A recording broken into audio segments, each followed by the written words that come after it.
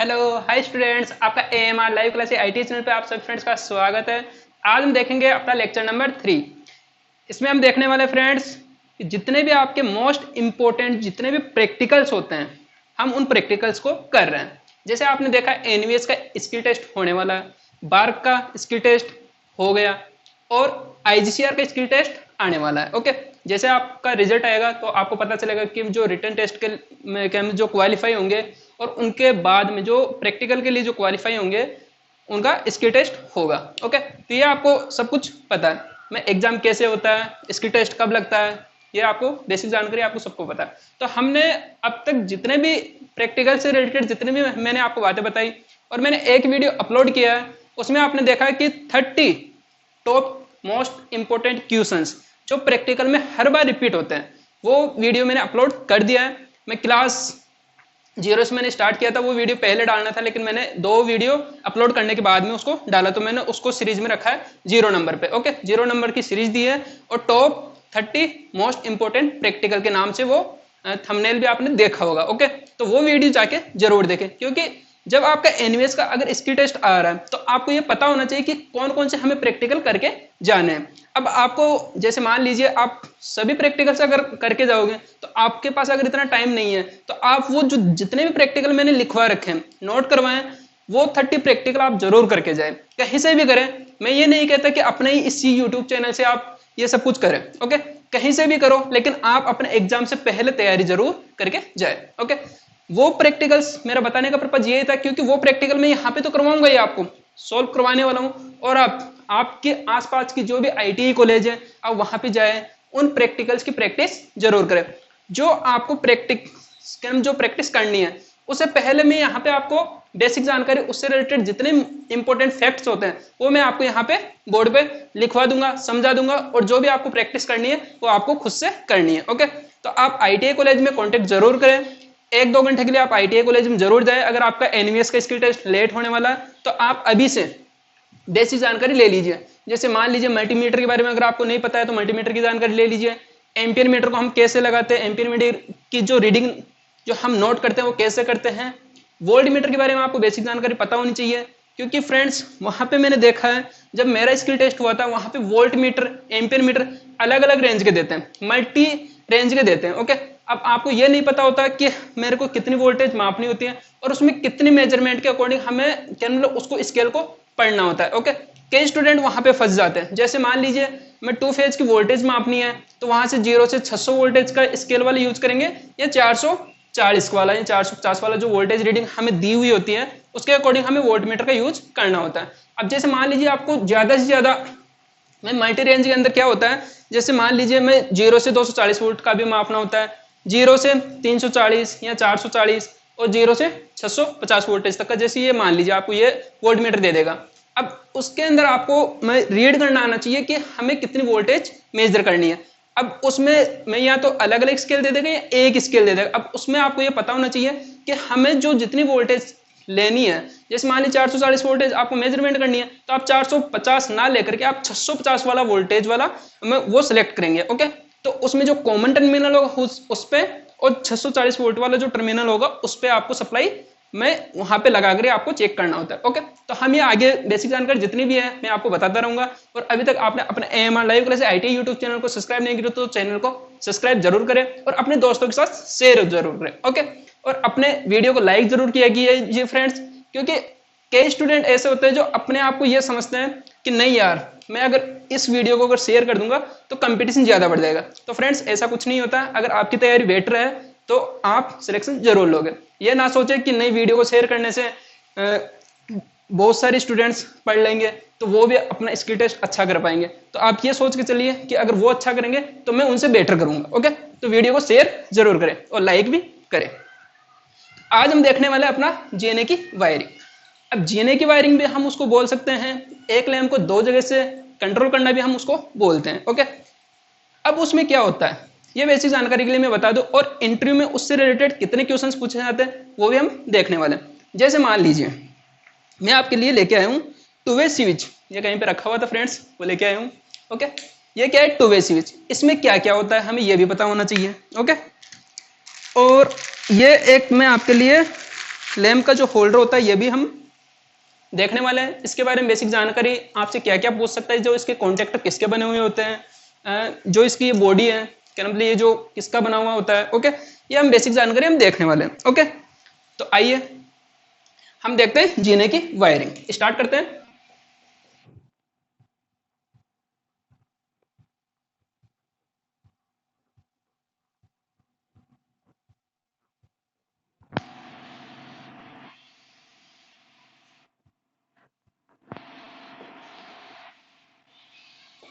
Okay friends, हम क्या देखने वाले, जीने की वायरिंग। अब मान लीजिए आपके पेपर में क्वेश्चन आता है कि आप जीने की वायरिंग के बारे में एक्सप्लेन करें या जीने की वायरिंग का निर्माण करें, जो भी कुछ लिखा हुआ है, तो वहां पे आपको पता चलेगा कि जीने की वायरिंग या स्टेयरकेस वायरिंग या एक लैंप को दो जगह से कंट्रोल करो। ओके, ये रहता है। अब आपको इसमें क्या क्या लिखना होता है, ये आपको मैंने पहले भी बता दिया। जैसे मान लीजिए उद्देश्य, उद्देश्य आपको नोट करना होता है, जो क्वेश्चंस में दिया हुआ होता है हमें वही लिखना होता है। ओके, इसका हम सर्किट डायग्राम समझने वाले हैं, तो फ्रेंड्स ज्यादा जल्दबाजी ना करें और वीडियो को पूरा जरूर देखें। ओके, तो मैंने बताया उद्देश्य, उद्देश्य हम क्या नोट करते हैं, जीने की वायरिंग। जीने की वायरिंग अपना उद्देश्य है, हम क्या करने जा रहे हैं, जीने की वायरिंग करने जा रहे हैं। तो अपना मेन उद्देश्य क्या है, जीने की वायरिंग करना या एक लैंप को दो जगह से कंट्रोल करना। ओके, यहाँ पे हमने इसका नाम देना है, दे दिया है, और एक नाम यहां पे नोट कर लीजिए, एक लैंप को, एक लैंप को दो स्थानों से कंट्रोल करो, स्थानों से नियंत्रित,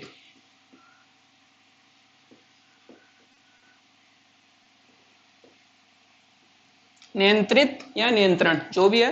ओके, आपको ये पता चला कि हम एक लैंप को हम कितनी जगह से कंट्रोल कर सकते हैं और हमें इसकी रिक्वायरमेंट के अकॉर्डिंग हमें क्या क्या चाहिए। जैसे मान लीजिए यहाँ पे आपने उद्देश्य तो नोट कर दिया कि एक लैंप को दो स्थानों से कंट्रोल करना या जीने की वायरिंग का निर्माण करना, ये अपना उद्देश्य हो गया। अब हमें ये पता होना चाहिए कि इसके लिए हम टूल्स क्या क्या रिक्वायरमेंट होती है, टूल्स की क्या क्या रिक्वायरमेंट होती है।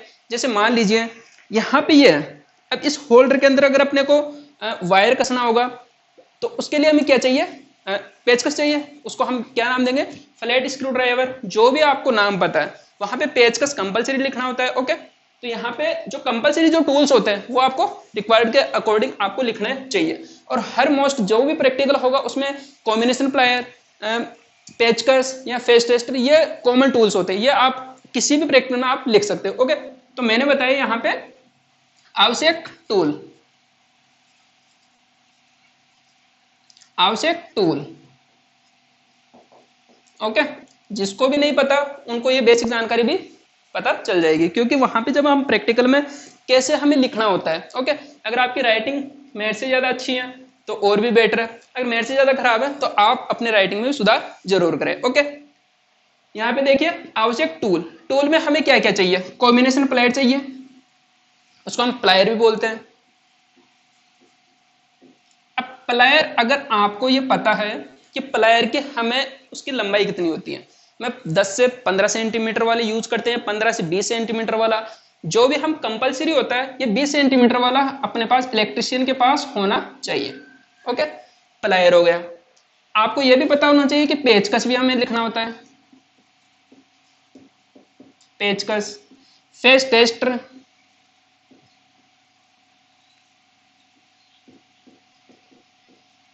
फेस टेस्टर, जो फेस टेस्टर होता है वो कितनी वोल्टेज के लिए हम लेते हैं, तो हमें ये कोष्ट में अगर लिखते जाएंगे, जैसे पेचकस से पेचकस की हमें लेंथ कितनी लें, 10 से 15 सेंटीमीटर का, इसमें आसानी से काम कर जाएगा। ओके, फेस टेस्टर 500 वोल्टेज तक की हम जो रेटिंग होती है 500 वोल्टेज तक जो वर्क कर सकता है, कहना मतलब उसकी वोल्टेज की सही सीमा होती है 500 वोल्टेज तक वो क्या कर सकता है। हम कहीं पे भी अगर 500 वोल्टेज के मतलब दो फेजों के मध्य या हम कहीं पे भी उसको लगाकर चेक करेंगे तो अपने झटका नहीं लगेगा और हमें ये पता चल जाएगा कि ये लाइव तार है, उसमें वोल्टेज है या करंट है। ओके, तो हमें ये पता चल गया कि आवश्यक टूल हमें लेने होंगे, आपको ऐसे नोट करके चलते जाना। जैसे मान लीजिए यहाँ पे प्लायर हो गया, पेचकस हो गया, फेस टेस्टर हो गया, आपका इलेक्ट्रिशियन जो नाइफ होता है उसकी भी हमें रिक्वायरमेंट होती है। ओके, अब यहाँ पे देखिए हम आवश्यक सामग्री,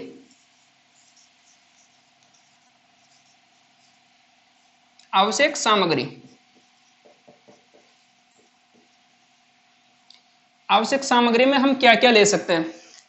लैंप होल्डर लेंगे फ्रेंड्स। ओके, ये क्या है? लैंप होल्डर है। ओके, ये क्या है? Two way switch. Two way switch हमें कितनी चाहिए? क्योंकि आपको ये पहले से पता होना चाहिए कि अगर हम जीने की वायरिंग कर रहे हैं, एक लैंप को दो जगह से नियंत्रित कर रहे हैं, तो उसके लिए हमें क्या क्या चाहिए? हमें वायर भी चाहिए। अब वायर कितने mm के लेते हैं? 0.75 mm स्क्वायर से लेकर के हम लेते हैं 1.5 mm स्क्वायर तक का। ओके, यहाँ पे ये आपको पता चल गया 1.5 mm स्क्वायर करके हम 1.5 mm तक का हम वायर यूज कर सकते हैं। यहाँ पे आपको ये सब कुछ नोट करते जाना है। अब आपका एक ये हमने देख लिया क्या मतलब lamp holder.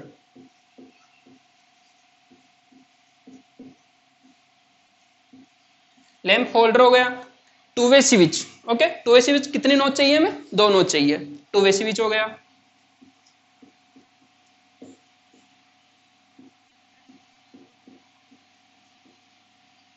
Two way switch और हमें वायर चाहिए। जो भी अपने रिक्वायरमेंट होगी उसके अकॉर्डिंग हमें उसकी लंबाई के अकॉर्डिंग हमें वायर को कट कर लेना है। ओके, यहाँ पे वायर कटर भी लिख लीजिए फ्रेंड्स, क्योंकि आपको वायर काटने के लिए भी तो वायर कटर चाहिए, या आप प्लायर से भी आप नॉर्मली उसको यूज कर सकते हैं। ओके, तो यहाँ पे हमने देखा लैंप होल्डर चाहिए, टू वे लैंप चाहिए, टू वे स्विच चाहिए और एक लैंप चाहिए। एक लैंप। अब लैंप कितने वोल्टेज का चाहिए हमें? 240 वोल्ट का। यहाँ पे लिखना है फ्रेंड्स, वहां पे एग्जामिनर क्या करता है, जो भी आप चीजें लिख के देते हो सकता है वहां पे वो चीजें अवेलेबल ना हो, वो पहले से अगर अवेलेबल ना करवाई गई होगी तो ये आपको जो नोट करके दोगे उनको लिस्ट, वो उन्हीं के अकॉर्डिंग आपको टूल्स ला के देंगे। कई एग्जामों में ऐसा होता है। ओके, मैंने जब तक अब तक इसके टेस्ट जितने भी दिए हैं वहां पे मैंने ये सब कुछ देखा है। क्या मतलब वहां से पहले से क्या मतलब हम अपने रिक्वायरमेंट के अकॉर्डिंग पहले रखे हुए रहते हैं, हम जाकर के हम वहां पे आसानी से प्रैक्टिकल कर लेते हैं। जो भी टूल्स नहीं दिया हुआ था वहां पे हम उनको ले सकते हैं। ओके, ऐसा होता है। लेकिन कई एग्जाम्स मैंने देखे हैं जैसे डीआरडीओ में ऐसा हुआ था पिछली बार जिन स्टूडेंट्सों से मेरी बात हुई है, वहां पे जो रिक्वायरमेंट के अकॉर्डिंग हमें एक पर्ची बना करके देनी होती थी कि आपको जो जो उपकरण चाहिए वो आप इसमें नोट कर दीजिए। ऐसा भी होता है, तो आपको ये पहले से बेसिक जानकारी होनी चाहिए। लैंप कितना वाट का चाहिए हमें, कितने वोल्टेज तक का चाहिए? 240 वोल्ट का चाहिए। ओके, हमें ये रिक्वायरमेंट के अकॉर्डिंग हमने लिख लिया। अब इसकी कई स्टूडेंट क्या करते हैं, इसकी वर्किंग भी लिखने बैठ जाते हैं, जो कि आप वर्किंग ना लिखें। उस एग्जाम में वर्किंग नहीं पूछता, वो आपसे पूछेगा बेसिक सावधानियां कि आप वहां पे क्या क्या सावधानियां बरतने वाले हो। ओके, सावधानियां जैसे मान लीजिए सर्वप्रथम हमने क्या मतलब क्या बनाया, इसका सर्किट डायग्राम बनाया। सर्किट डायग्राम के अकॉर्डिंग हमें कनेक्शन करना है, कनेक्शन ढीले नहीं होनी चाहिए, ये हमें सावधानियों को ध्यान रखना होता है। ओके, तो ये आप नोट कर लीजिए। यहाँ पे आपको मात्र 4 पॉइंट लिखने होते हैं, 4 पॉइंट लिखने के साथ साथ में आपको एक सर्किट डायग्राम बनाना होता है। तो हम सर्किट डायग्राम की ओर बढ़ते हैं। ओके, यहाँ पे इसको नोट करते जाइएगा फ्रेंड्स। सावधानी मैंने बता दी कि एक लैंप को 2 स्थानों से नियंत्रित करने से पहले हम क्या करते हैं, सर्किट डायग्राम बनाते हैं। ओके, और सर्किट डायग्राम के अकॉर्डिंग हम उसका कनेक्शन करते हैं, और कनेक्शन करने से पहले हमें यह सब कुछ आपको पता होना चाहिए। ओके, और कनेक्शन ढीले नहीं होने चाहिए, स्पार्क नहीं करने चाहिए, क्योंकि फ्रेंड्स अगर कनेक्शन ढीला रहेगा, जैसे मान लीजिए कई स्टूडेंट क्या करते हैं जल्दबाजी में, यहाँ पे अगर वायर तो लगा देंगे लेकिन उसको कसेंगे नहीं, टाइट नहीं कसेंगे, तो वो वायर में निकल जाएगा। और निकल जाएगा अगर एग्जामिनर के टाइम पे अगर आप वहां पे प्रैक्टिकल कर रहे हो, अगर वहां पे वायर अगर ढीला रह गए, तो अगर इसमें सप्लाई नहीं गई तो आप सर्किट तो अगर अच्छे से बना लिए, प्रैक्टिकल के तौर पे आपने क्या मतलब इसको सप्लाई भी पूरी प्रॉपर दे दी, लेकिन लैंप नहीं जला। आप वहां पे कोशिश कर रहे हो कि भाई जल जा, भाई जल जा, नहीं जलेगा। तो नहीं जलने का कारण क्या है, आपने वायरिंग अच्छे से नहीं की।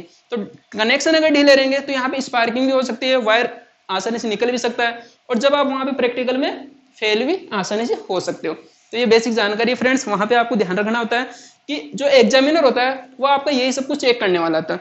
अब आप क्या करते हो, जैसे लैंप है, आपने लैंप ले लिया, लैंप बाहर से देख रहे हो तो अच्छा दिख रहा है, अब उसकी एक कंटिन्यूटी भी टेस्ट कर लेनी चाहिए, क्योंकि लैंप का सर्किट पता नहीं कहाँ से टूटा हुआ हो।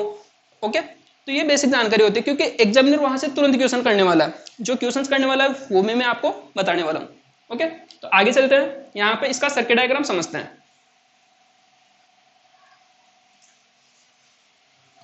इनको नोट करते जाइएगा फ्रेंड्स, क्योंकि आपके लिए बहुत ज्यादा इंपॉर्टेंट रहेंगे। ये जितनी बेसिक जानकारी मैं दे रहा हूँ फ्रेंड्स, ये आप इनका भी ध्यान रखें। अब हम इसका सर्किट समझ लेते हैं, और जो भी सर्किट में मैं बताने वाला हूँ फ्रेंड्स, वो बातें आप जरूर ध्यान रखें, क्योंकि एग्जामिनर जो आपसे पूछता है वो क्वेश्चंस आपको पता होने चाहिए। ओके, अब हम देखते हैं हमने अभी देखा, नोट किया था कि हमें 2 2 वे स्विच चाहिए, एक सप्लाई बोर्ड चाहिए। कितनी वोल्टेज तक का चाहिए? हमें 240 वोल्टेज तक का अपने पास सप्लाई आवश्यक होती है। ओके, और उसके लिए हमें एक लैंप चाहिए और एक लैंप होल्डर चाहिए। तो आपको मैंने लैंप होल्डर तो दिखा दिया, ये लैंप होल्डर है, और 2 2 वे स्विच चाहिए। एक 2 वे स्विच ये हो गया, और फ्रेंड्स एक 2 वे स्विच ये हो गया।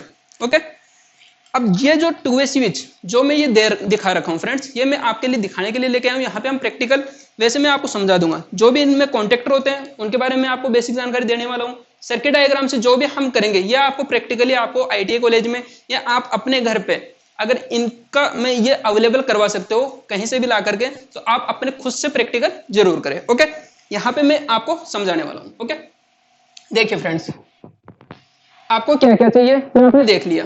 अब हमें क्या चाहिए? लैंप। अब लैंप का जो सिंबल होता है फ्रेंड्स, सिंबल्स बहुत ज्यादा जरूरी होते हैं। यहाँ पे सिंबल क्या रहने वाला है? हम ये यूज करने वाले हैं। ओके फ्रेंड्स, सिंबल कैसे यूज करेंगे? ये वाला। अब कई स्टूडेंट सिंबल ये भी यूज कर सकते हैं। ओके फ्रेंड्स, कोई भी गलत नहीं होगा। अब हमें यहाँ पे पता करना है कि 2 वे स्विच, 2 वे स्विच का क्या रहेगा सिंबल? हम ये यूज करेंगे। ओके फ्रेंड्स, ऊपर करेंगे तो ऊपर की तरफ ऑन हो जाएगा, और नीचे करेंगे तो हम नीचे की तरफ ऑन हो जाएगा। ओके, यहां से हमें सप्लाई देनी होती है। ये मैंने सिंबल बता दिया, 2 वे स्विच का है, ये लैंप का है। ओके फ्रेंड्स, यहाँ पे मैं लिख भी देता हूँ, ये लैंप हो गया और ये 2 वे स्विच हो गया।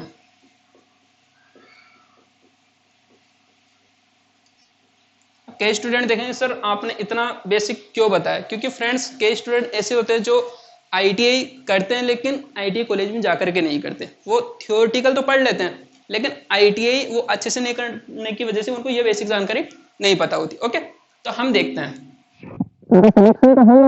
लेकिन अगर वो प्रैक्टिकल की वजह से अगर रह सकते हैं तो उसमें अपनी क्या मतलब खुद की वो कमी महसूस करते हैं। तो मैं नहीं चाहता कि उनको बेसिक जानकारी ना दे। ओके, तो हम यहाँ पे कौन सा स्विच यूज कर सकते हैं? दोनों स्विच में से मैं दोनों लैंपों का जो ये सिंबल्स हैं इनमें से कोई भी हम यूज कर सकते हैं। ओके, तो यहाँ पे देखिए फ्रेंड्स, हम सर्वप्रथम क्या बनाएंगे? लैंप बनाएंगे।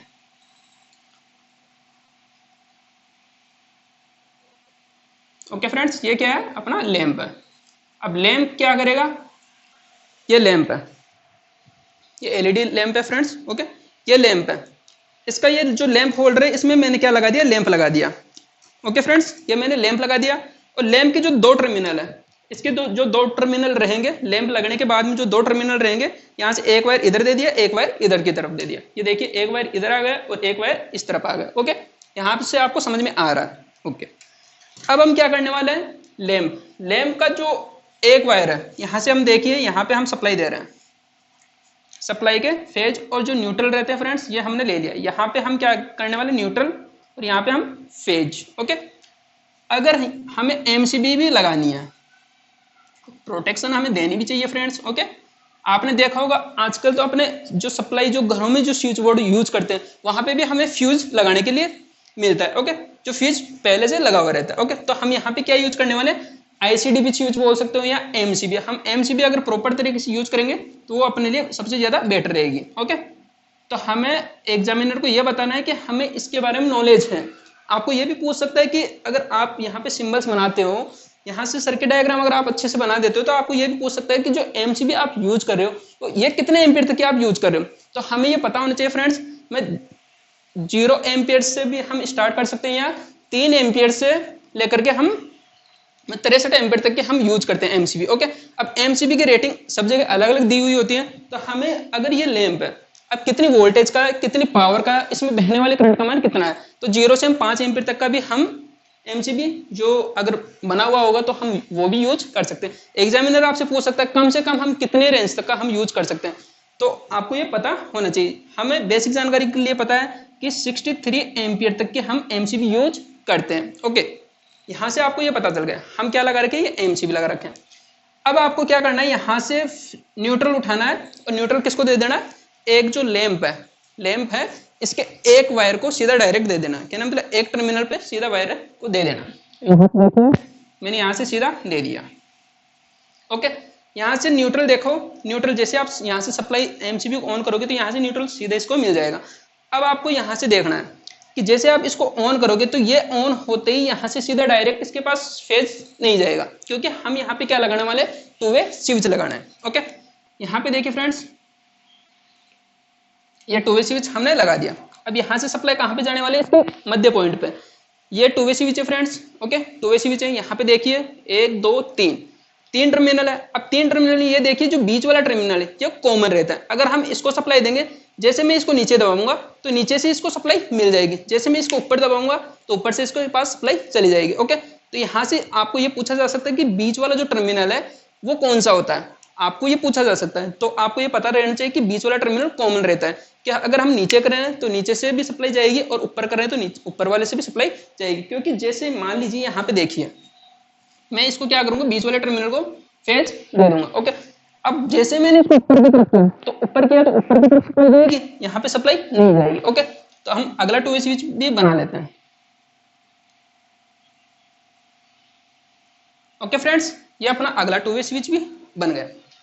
अब यहाँ पे दूसरा वायर है, दूसरा वायर, एक वायर तो हमने डायरेक्ट सप्लाई दे दी। अब इसका जो दूसरा वायर है ये हमें डायरेक्ट यहाँ पे इसके बीच वाला टर्मिनल पे हमें देना, जो दूसरा टू वे स्विच रहेगा उसके बीच वाले पॉइंट पे देना है। अब आपको ये पता चल गया कि हम क्या करने वाले हैं, क्योंकि यहाँ से जैसे आप सप्लाई ऑन करोगे तो यहाँ से सप्लाई आगे जाएगी, आगे जाएगी। जैसे आप इसको ऑन करोगे तो यहाँ से सप्लाई जाकर के इसका सर्किट पूरा कंप्लीट कर देगी। ओके, तो यहाँ पे हम देखते हैं, हम ऊपर वाले जो दोनों टर्मिनल दो स्विच रहेंगे फ्रेंड्स, इसका ऊपर वाला और दूसरे स्विच का भी ऊपर वाला। ओके, यहाँ से जो दोनों को कॉमन करना, कॉमन कैसे करोगे, यहाँ से एक वायर लेना है और एक लूप ऐसे बना देना है, एक लूप ऐसे बना देना, वायर के टुकड़े लेने हैं और एक लूप बना देनी है। आपको सर्किट जब डायग्राम बनाओगे तो यहाँ से आप एक सीधा दर्शा देना। ओके फ्रेंड्स, मैंने एक लूप के अकॉर्डिंग इसको दिखाया। ओके, अब यहाँ से आप क्या करोगे, जैसे आपने ऊपर किया, ऊपर किया, अब यहाँ से आप इसको ऑन करते हो। जैसे मान लीजिए आपने इसको ऑन किया, एमसीबी जैसे आपकी ऑन होगी, ऑन होते सप्लाई यहाँ तक आएगी। अब सप्लाई जैसे यहाँ तक आ गई, फेज कहाँ तक आ गई, यहाँ तक आ गई अपना। न्यूट्रल आपको सीधा मिल रहा है, क्योंकि लैंप पे न्यूट्रल पहले से जा रहा है। यहाँ से देखिए न्यूट्रल यहाँ तक आ गया। अब आपको पता है सर्किट कब कंप्लीट होता है, फेज और न्यूट्रल अगर एक सर्किट कंप्लीट करते हैं, अगर ये दोनों एक जगह जाकर के ऐसे मिल जाएंगे तो ये अपना लैंप जल जाएगा। ओके, तो यहाँ से देखिए जैसे मैंने इसको ऊपर किया, यहाँ से जो फेज है यहाँ से होते हुए कहाँ पे आएगा, आ जाएगा कि अंदर दूसरे वाला जो टर्मिनल रहेगा, दूसरे स्विच का ऊपर वाला टर्मिनल, यहाँ पे सप्लाई आ गई। अब यहाँ से सप्लाई जैसे आएगी, अगर मान लीजिए आपने इसको नीचे की तरफ ऑन कर रखा था, जो दूसरा टू वे स्विच रहेगा उसका जो लैंप का यहाँ पे आपने दूसरा टर्मिनल ये वायर लगा दिया आपने। अब जैसे यहाँ पे वायर सप्लाई देंगे, यहाँ से सप्लाई आगे कब बढ़ेगी, यहाँ से सप्लाई आगे कब बढ़ेगी, अगर यहाँ से ये कट है, फेज यहाँ तक भी आ रहा है, यहाँ तक भी आ रहा है, क्या नाम, जैसे मैंने ऊपर किया तो ऊपर करते फेज यहाँ तक आ रहा है, नीचे करूंगा तो नीचे से यहाँ तक फेज आ जाएगा। अब इसको लैंप के पास कैसे देना है हमें ये पता है, तो हमें ये नोट करना है कि जो इसका लैंप का जो दूसरा स्विच है, दूसरा स्विच ये है। ओके, अब इस टू वे स्विच पे हमने कॉमन टर्मिनल होता है, उस पर हमने क्या किया, लैंप का एक वायर लगा दिया। अब वायर लगाने के बाद में जैसे मैं इसको ऊपर करूंगा या नीचे करूंगा तो यहाँ से सप्लाई आगे जाएगी। ओके, सर्किट कंप्लीट होगा। अब जैसे मान लीजिए आपको ये पता है कि आपने इसको नीचे से ऐसे कर रखा है, आपकी पोजीशन यहाँ से है। ओके, यहाँ से आपकी पोजीशन है। अब आप क्या करने वाले हो, जैसे इसको यहाँ से दबाओगे, यहाँ से इसको दबाओगे ऊपर की तरफ, या आप इसको नीचे की तरफ दबाओगे तो यहाँ से देखो फेज यहाँ से आ रहा है, आप इसको नीचे की तरफ ऐसे कर दोगे। ऐसे करने के बाद अगर ये पहले से नीचे हो रखा होगा तो यहाँ से इसका फेज इसको मिल जाएगा, फेज मिल जाएगा, लैंप कंप्लीटली आपका जल जाएगा। ओके, अब दूसरी पोजीशन, जैसे मान लीजिए आपको इसको सीडी की वायरिंग भी बोल सकते हो, लेकिन हम सीडी की वायरिंग तो बोल ही रखे हैं हम पहले से, जीने की वायरिंग है, स्टेयरकेस वायरिंग हम इसको नाम देते हैं। ओके, यहाँ से आपको पता चल गया। ओके, ये हो गया। अगर आप इसको ऊपर की तरफ करते हो, जैसे ही ऊपर किया यहाँ से देखिए ये पहले से कट हो रखा था। ओके, जैसे मान लीजिए मैंने इसको कट कर दिया, अब कट करने के बाद में आपको पता है यहाँ से फेज यहाँ पे जा रहा था, यहाँ से फेज यहाँ पे आ रहा था, और यहाँ से फेज हमने जैसे पहले नीचे की तरफ किया तो अपना लैंप जल रहा था। अब हमें इसको बंद करना है, बंद करना है क्या मतलब, यहाँ से तो आपने जला दिया लेकिन यहाँ पे आकर के इसको बंद करना है। ओके, तो बंद करने के लिए आप इसको ऊपर करोगे, तो ऊपर करने के बाद में आपको पता चला कि यहाँ से सर्किट इसका ओपन हो जाएगा। अब ओपन सर्किट हो जाएगा तो उसमें अपना सप्लाई नहीं बहने वाली। ओके, अब ये जैसे ओपन रहेगा तो यहाँ से लैंप नहीं जलेगा, क्या मतलब यहाँ पे आ जाएगा ये स्विच, मान लीजिए ये यहाँ पे आ गया। ओके, ये कहाँ पे आ गया, इस जगह आ गया। अब इस जगह आ जाएगा तो यहाँ पे देखिए, यहाँ पे अगर जब तक मैं इसको ऊपर नहीं करूंगा तब तक अपना लैंप नहीं जलने वाला। ओके, अब पता चल गया कि यहाँ से अगर मैं एंट्री करूंगा तो अगर मैं इसको जला दूंगा, ऊपर की तरफ कर दूंगा तो अपना लैंप जल जाएगा। मैं यहाँ पे पहुंचते ही अगर नीचे कर दूंगा तो लैंप बंद हो जाएगा, क्योंकि ये ऊपर हो जाएगा तो ये बंद हो जाएगा। ओके, और ये इसको अगर ऑन करेंगे तो ऑन करने के लिए अपनी दो कंडीशन रहती है फ्रेंड्स। आपने एंट्री की, मैं सीढ़ियों में जैसे आप चढ़ना स्टार्ट करते हो वहां से एंट्री की, अगर ये पहले से नीचे रहेगा या पहले से ऊपर रहेगा, कोई भी कंडीशन रह सकती है फ्रेंड्स। अगर ये ऊपर रह रखा है, ओके, और ये नीचे है, मैं उस कंडीशन में लैंप बंद है। जैसे आपने ऊपर जाते हो तो आपको इसको ऑन करना है, ऑन किया, यहाँ से सर्किट इसका कंप्लीट होगा, लैंप जल गया। अब आप यहाँ पे आ गए, सीढ़ी पे छत पे पहुंच गए, तो पहुंचने के बाद आपको क्या करना है, लैंप को बंद करना है। लैंप को बंद करोगे तो आप इसको वापस नीचे कर दोगे तो लैंप ऑटोमेटिकली बंद हो जाएगा। ओके, ये तो रहा अपना सर्किट डायग्राम, समझने का सबसे आसान तरीका था। ओके फ्रेंड्स, मैंने आपको इतना बेसिक तरीके से समझाया कि बच्चा, जो छोटा बच्चा होता है 10th क्लास से नीचे वाला भी, वो भी इसको आसानी से समझ सकता है। ओके, तो मैं उम्मीद करता हूँ आपको ये सर्किट डायग्राम समझ में आ गया होगा।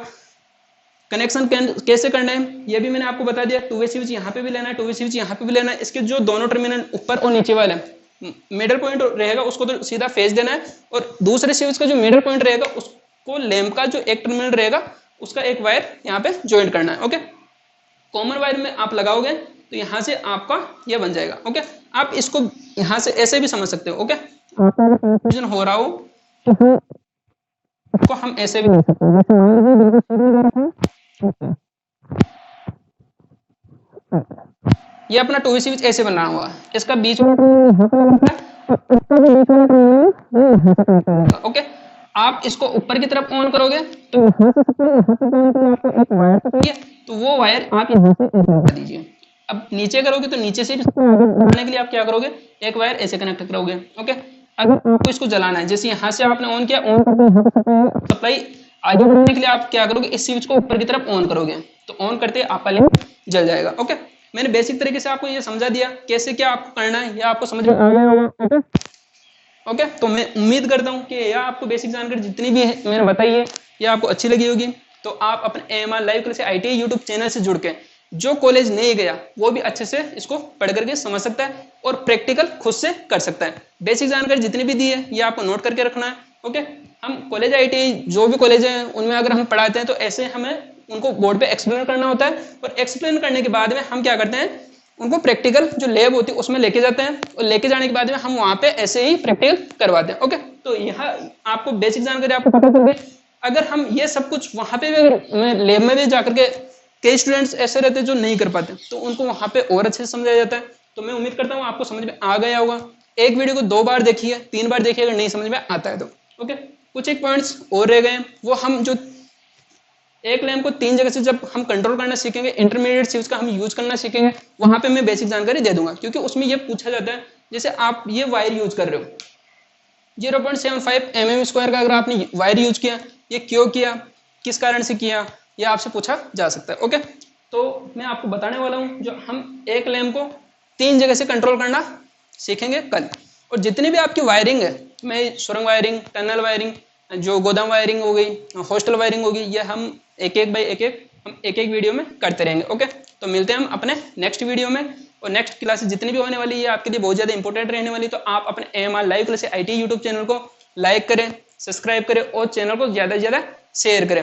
वीडियो को लाइक जरूर करें, पसंद आया हो तो वीडियो को लाइक जरूर करें। ओके, बार बार बोलने का मतलब यही होता है फ्रेंड्स, क्योंकि हमें मोटिवेशन मिलता है। क्योंकि मैं अगर आपको यहाँ पे इतना अच्छा पढ़ा रहा हूँ तो आप समझ सकते हो कि जब मैं यहाँ पे लाइव आने लगूंगा तो आपको मैं और भी कितने अच्छे से एक्सप्लेन कर पाऊंगा। ओके, तो मिलते हैं हम अपने नेक्स्ट क्लास में। Okay, thank you.